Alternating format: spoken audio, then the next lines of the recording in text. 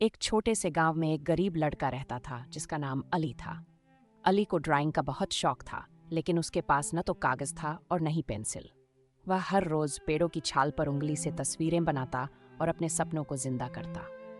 एक दिन जब वह जंगल में घूम रहा था, उसे एक पुराना चमकदार पेंट ब्रश मिला।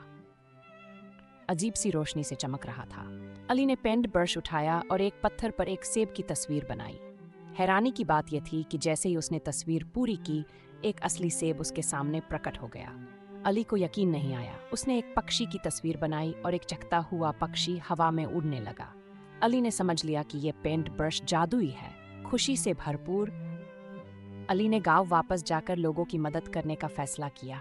उसने भूखे बच्चों के लिए खाना बनाया, बीमारों के लिए दवा बनाई और गरीब लोगों के लिए नए कपड़े बनाए। गांव वाले उसकी मेहरबानी से बहुत खुश हुए। लेकिन एक दिन गांव का लालची जमींदार राजा सिन्हा ने जादुई पेंट ब्रश के बारे में सुना। वह अली के पास आया और ब्रश मांगने लगा। अली ने इनकार कर दिया क्योंकि वह जानता था कि राजा सिंह इसका गलत इस्तेमाल करेगा। गुस्से में राजा सिन्हा ने अली से ब्रश छीन लिया।